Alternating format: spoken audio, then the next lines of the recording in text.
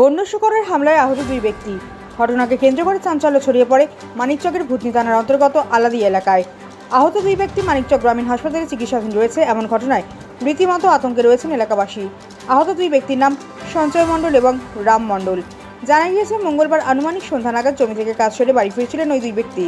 সেই সময় হঠাৎ করে বাঁশের ঝাড় থেকে বেরিয়ে বেশ কয়েকটি বন্য শুকর দুই ব্যক্তির উপর হামলা করে। দুজনকেই কামড় দেয়।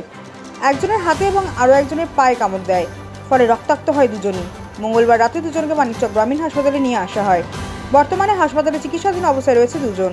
স্থানীয়দের অনুমান, ভূতনির বিস্তীর্ণ এলাকা বন্যার জলে প্লাবিত রয়েছে। ফলে শুকনো জায়গাগুলোতে বন্য শুকর আশ্রয় নিয়েছে। জমিতে কাজ করতে যেতে ভয় পাচ্ছেন স্থানীয় লোকজন। আতঙ্কের ছবি দেখা দিয়েছে চোখে মুখে। আমি জানি না যে শুয়োর আছে এখানে, বাস দিয়ে শেয়ার সালা ধরে নিয়েছে। কজন ছিল মোটামুটি? আমি একাই ছিলাম। কজনকে কেটেছে? কজনকে কামড়েছে?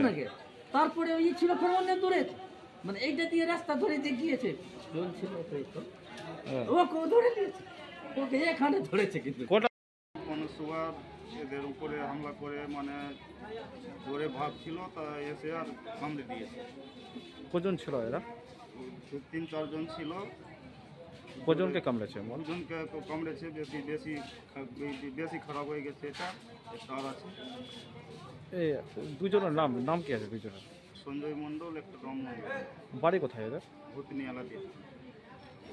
কোন শুয়ার জল হয়েছে কোন দিক থেকে, কোথায় ছিল, জলের ভয়ে চলে এসছে এদিকে। বন্য শুকর হবে ওখানে 7-8টা ছিল।